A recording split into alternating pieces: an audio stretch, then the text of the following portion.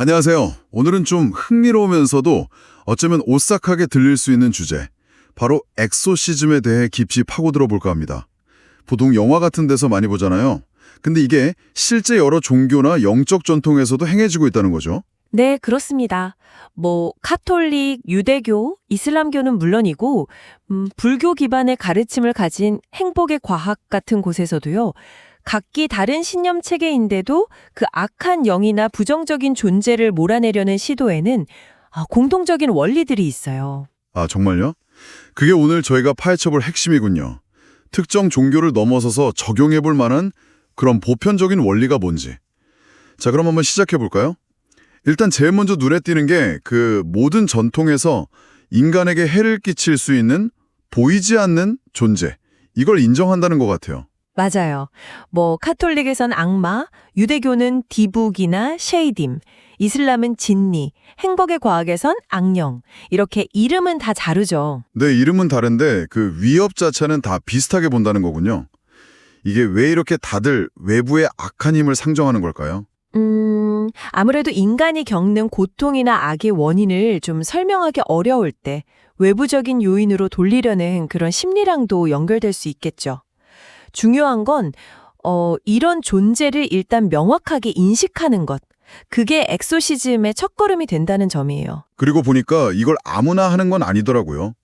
각 전통마다 공식적인 권한을 가진 영적 지도자가 꼭 있던데요. 그렇죠. 카톨릭 사제, 랍비, 이슬람의 어떤 영적 치유사, 또 교단 지도자 같은 분들. 이분들의 어떤 영적인 권위, 신념, 이게 되게 중요하게 여겨지죠. 그분들이 일종의 중개자 역할을 하는 거군요. 신성할 힘과 인간 사이에. 네, 맞습니다. 그리고 이분들이 쓰는 무기가 있어요. 바로 신성한 언어죠. 아, 언어요? 기도문이나 경전 구절 같은 거 말씀이시죠? 네, 성경, 코란, 시편, 불교 경전 등등. 종류는 달라도 그걸 암송하는 행위는 정말 예외 없이 나타나거든요. 그 언어 자체에 뭔가 힘이 있다고 믿는 걸까요? 아니면 그 내용이 중요한 건가요? 둘 다라고 봐야겠죠. 그 내용이 담고 있는 어떤 신성한 지식이나 권위도 중요하고 또 그 언어를 소리내어 말할 때 영적인 진동, 이런 것들이 다 악령에게 대항하는 힘이 된다고 보는 것 같아요. 그렇군요. 또 흥미로운 게 이게 다 인간의 힘만으로는 안 된다고 본다는 점이에요. 항상 그 더 높은 존재의 힘을 빌리잖아요. 맞아요. 예수님, 부처님, 알라, 각자가 맺는 절대자나 신성한 존재의 힘을 빌리는 거죠. 그게 어떤 의미일까요? 이건 결국 인간의 한계를 인정하는 겸손함의 표현이면서 동시에 그 힘에서 비롯된 권위로 악령에게 맞서는 행위인 거죠.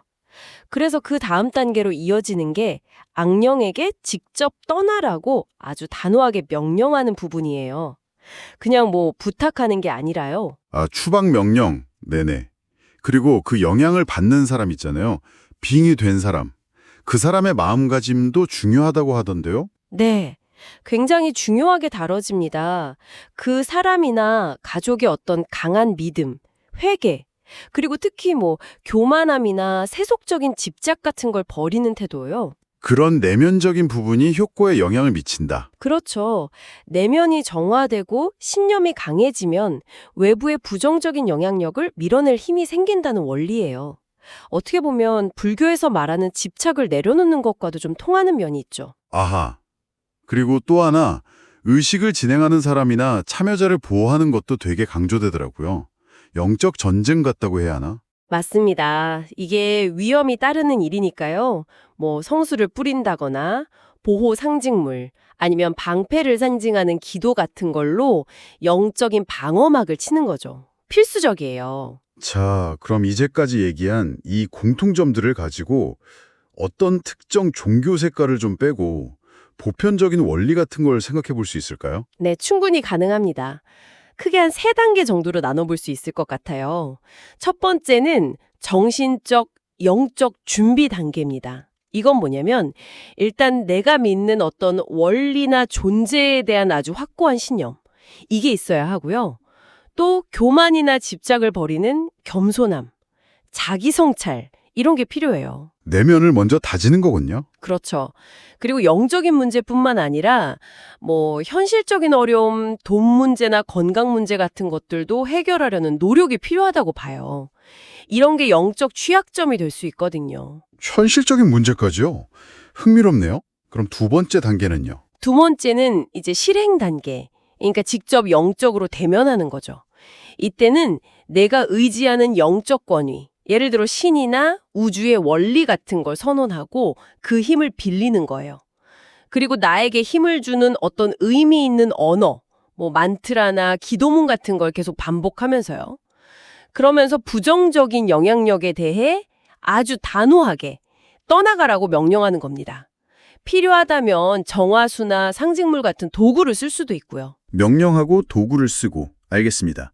마지막 세 번째는 뭔가요? 마지막은 사후 관리와 예방이에요. 엑소시즘이 끝났다고 다 된 게 아니라 계속해서 내면 수련, 명상이나 성찰 같은 걸로 영적인 상태를 잘 유지해야 하고요. 또 혼자 힘들면 공동체나 지지 그룹의 도움을 받는 것도 좋고 스스로를 보호하려는 의식을 계속 갖는 게 중요합니다. 재발 방지를 위해서요. 그렇군요. 정리해보면 결국 종교적인 형태는 달라도 그 근본에는 내면의 힘을 키우고 확고한 신념으로 권위 있게 맞서고 또 자신을 보호하는 이런 공통된 지혜가 있다는 거네요. 맞습니다. 핵심은 그거죠. 물론 이게 특정 종교 의례처럼 효과를 딱 보장한다. 이건 아니겠지만 그래도 살면서 어떤 영적인 혹은 심리적인 어려움에 부딪혔을 때 한번 생각해 볼 만한 보편적인 접근법이 될 수는 있겠어요. 오늘 저희는 다양한 문화 속 엑소시즘의 공통점을 통해서 그 본질적인 원리를 한번 탐구해 봤는데요. 어떠셨나요? 이 이야기들이 당신에게 좀 새로운 관점이나 하는 그런 순간을 드렸으면 좋겠습니다. 네. 엑소시즘이라는 게 단순히 좀 기이한 의식을 넘어서 인간 내면의 어떤 어두움이나 외부의 부정적인 것에 맞서려는 깊은 열망, 그리고 그걸 어떻게 대처해왔는지에 대한 성찰을 담고 있다는 점을 기억해 주시면 좋을 것 같아요. 어쩌면 이렇게 오랫동안 여러 문화권에서 계속 이어져 온 악령 추방 의식이라는 게 말이죠.